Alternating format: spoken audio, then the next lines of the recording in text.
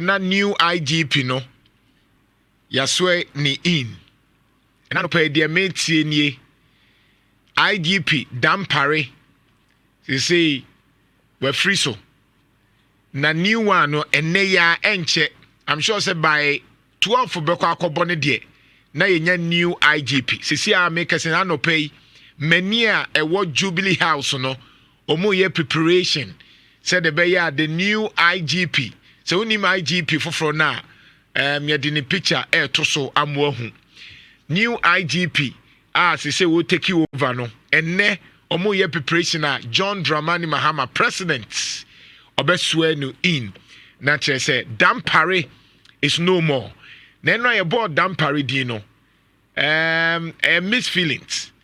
abontin so for eye biya badoko police na mu a ayo mu de papa ayo mu de Nhyira fan abontin so for de dodo na pedam pare asem IGP we because isusu se obaye no na wama police aye visible wama police aye akono wama police de na yehunu ne entan hu saa no obey I mean and you maybe will take action to be abon say IGP na nkasa our hobby inti dampare abontin so de oyobi a oma police ye de ni ehu ni say oma police akono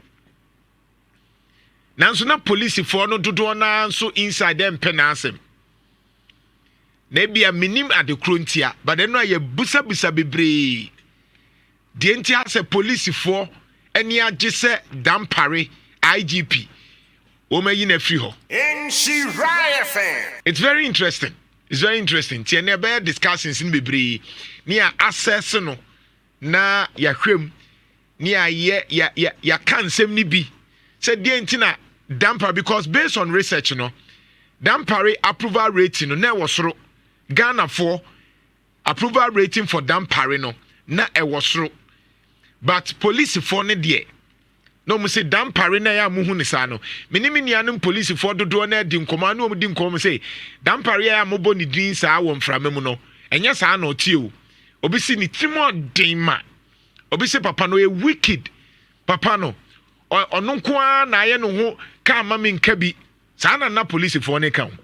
o se dampare ka mama nka bi ono nko na ye de oye nti no mani age no ase promotion bi wo ho kra na e wo so ya dampare ti so ben dampare enye sa obe mafia enu bi na yem papa les mensa police retired be kwai na o PMP a nsem ne ba ya hu nsem bebre ekofa ba ya no because na hye omusu ache omusu say dampare hye omusu wo police ho asa bibia na yoma ade ba kwa na sa ha omu say omu say dampare ba ya no PRO say what regions ni nyina police PROs nyina no okama no atum no ma ye useless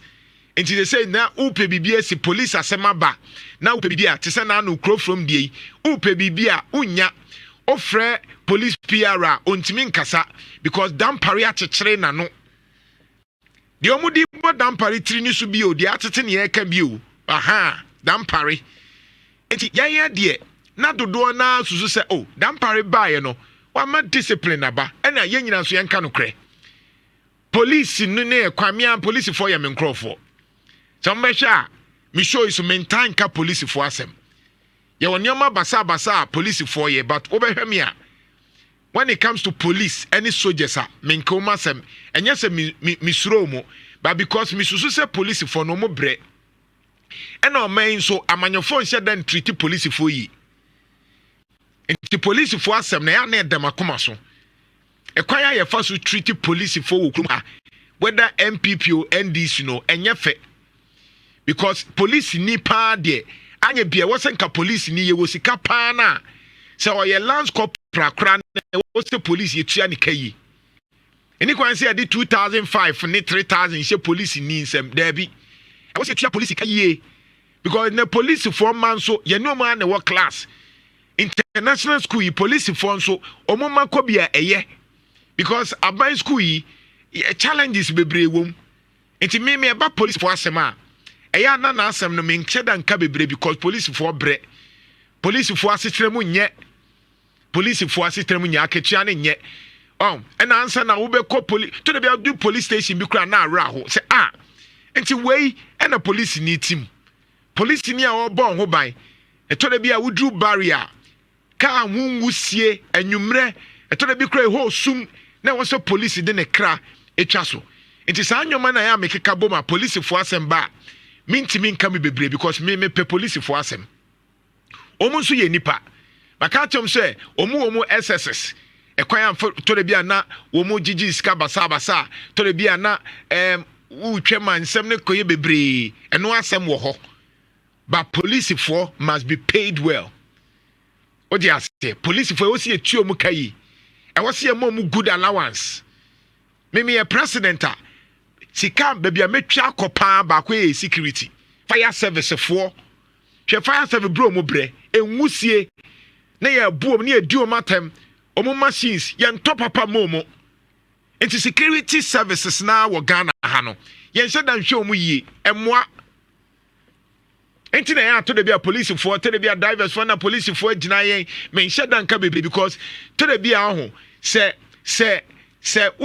when nkrofo kayia uja omo ye nneoma omo beye because me say the enti a wuntimi bribe me ne say yetua me kayi enti ya dem pa say wo ya amanyoni wo betimi ama me sika say fa koye we ensi ebia wo de cha me amemeje wo cha me sika amemeje ba wuntimi nka say Jesus sika we na me bribe o enya adwuma because se ma me say sika no kra na boso me so a se bi mpredua sa me ho to me enti enya de a sebi ebia komedi me Minti se wan tua nipa ni kaya corruption or immigration service obehwie sika so ye police wono so wasa ni mako international school obehwie sika obetatawo obeje 5 cedis wo kwan mu he mommy that is the reality enti ana police for no nyomo mu ye nyina ne se eto de bi omo nso ye nipa wo so mu didi enti obi ebu wei aban bu no no no nso bu enti wasemba no ama ni 50 ni 100 bia wan hwe ya enti se yentwe mu kaye anhwe mu ya hwe enne 21st century central police ni police barriers obekoi na police ni a ego so ya adwuma hwe office ba bia wote ehuhuro room kra wote kra nya akono fridge sisi abontene basa police na o ma hye black no mu gina wiem etore bia na makoma kra yam ya police ni gina wiem because tore bia mu nya dependent no ye nhye dan ka bi momo ba police fo ye nipa hwe nwusie nko a ye ka mu ntutuo nyina na wo so police home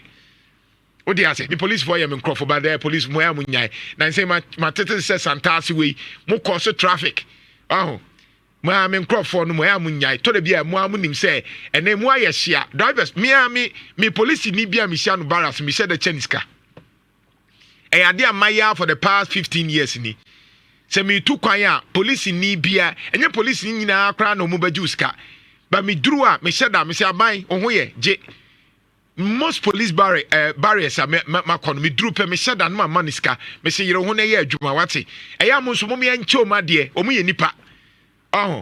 taxi drivers ya mo ye budget ya mo fa police de nka over drivers ya mo fa police de nka ba police for me sremo me ana me microphone na mo nyai etore bia mo hyeda enye etore bia na traffic na say yes santase de cha mo ye sales ani mo tombo ase me ana microphone mo what you say mo je kakra eye tore bia mo je bia no pa na makogina ha je bi awia mo akogina mo nyesa